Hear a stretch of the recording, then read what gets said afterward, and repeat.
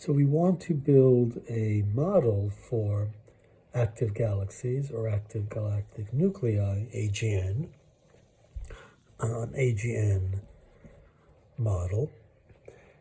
And so we want to think about how black holes can be triggered. So there are, in this model, two ways in which black holes can be triggered. So one is called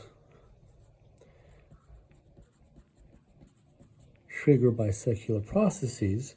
So these are the kinds of processes that are associated with galaxies that haven't been disturbed in a long time. So disk-like galaxies or spiral galaxies.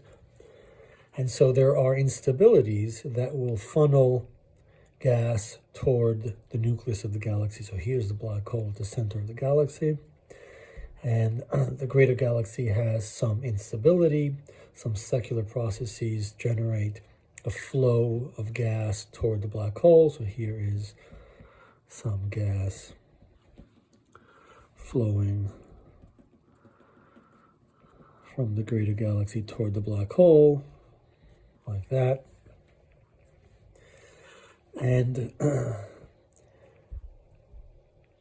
well, generally we can imagine some kind of alignment because these systems have been around for a long time. So the black hole if the black hole is spinning, then we would imagine that the material flowing in also shares the same angular momentum direction.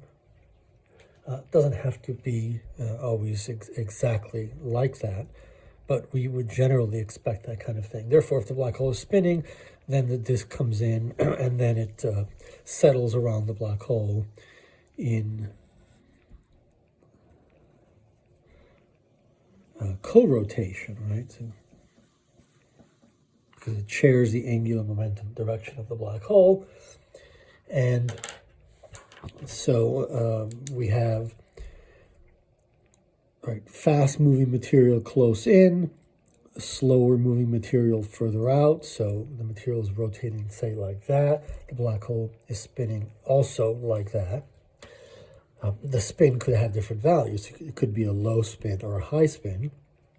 If it's, say, a low spin, well, let's make the inner edge a little bit further away. So there's a little more space there.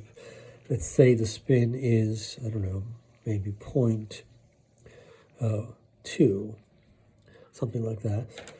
The energy that gets reprocessed in the disk, or we'll have radiation from at some location that depends on how close the ISCO is to the black hole, right? The closer the ISCO is to the black hole, the more energy will be reprocessed in the disk, and the stronger the radiation will be at that location, right? And so over time, all the system can do is to spin the black hole up further, and therefore the ISCO, the inner edge, moves closer in, where we've seen the value of the ISCO, so eventually it moves very close into the black hole. And there's more energy to be processed there. So really we're talking about the Shakura and Sunyaev accretion disk model. This dates back to 1973. It gives the mathematical details for this kind of process. And this is the most cited paper in astrophysics. It's not a relativistic model, so we've added the relativity here. The relativistic version of this is Novikov and Thorne. I think that's 1974.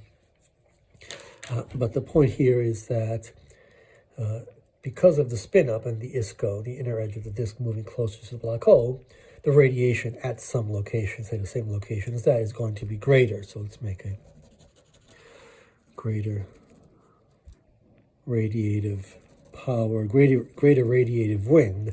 The material that's launched radiatively from the disk is greater because the efficiency of the disk is greater as a result of the higher spin. So in this case, maybe the spin is, 0.9. Okay, then we can also think of triggering an active nucleus, an active galactic nucleus, by mergers.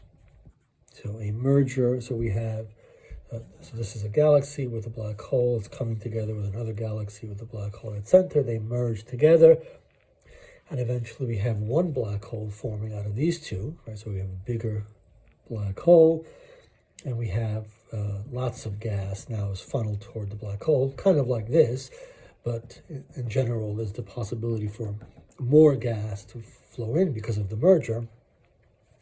That will trigger a lot more gas toward the center, and eventually we'll get a disk rotating around the black hole, just like we do here. But in this case, now we have the possibility that the disk could settle either in, we don't have this general alignment that we have in disk-like galaxies. There's more chaotic, the more chaotic motion, the general process is more chaotic, and so it's possible for the black hole to be spinning in the opposite direction as the material. It will settle into that plane, but it could settle one way or the other. So if we have, for example, a counter-rotating black hole, so here's the black hole, and the disk settles in. So it's a thin disk rotating this way, the black hole maybe is rotating the other way. Then what we have, so this is counter-rotation. In this case, compared to this kind of a configuration, there's less energy being reprocessed here because we're not very close. The material isn't very close. It's not tapping into the gravitational potential of the black hole. The ISCO is further out, and so we get less of a radiative wind. And if this continues to occur, then the material will, so this could be, the black hole could be spinning, say, rapidly, but it's in counter rotation. And so over time, the material comes in. It first has to spin the black hole down, and then it will spin it back up again. And so over time, if we continue to do this, eventually we'll get a thin disk. If nothing else happens to change the structure of the disk, we'll just get a disk that comes very close in. The ISCO is very close in, and we can spin it up to 0.9 again through zero, right? So really this is sort of a negative spin if you want. Counter rotation, we go through zero spin, eventually we get up there. We could go even higher. We could have started, closer to 1, but this would be co-rotation. And of course, in this case, we have the same situation that we have here. So we have a much stronger radiative wind at that point in this configuration. And so we have some natural evolution scenarios that we need to contemplate as we imagine triggering black holes in different kinds of environments. So we'll look at these kinds of configurations in mergers, and depending on the black hole spin, you could imagine configurations that are co-rotating, and so they just spin the black hole up, and you never have any counter rotation.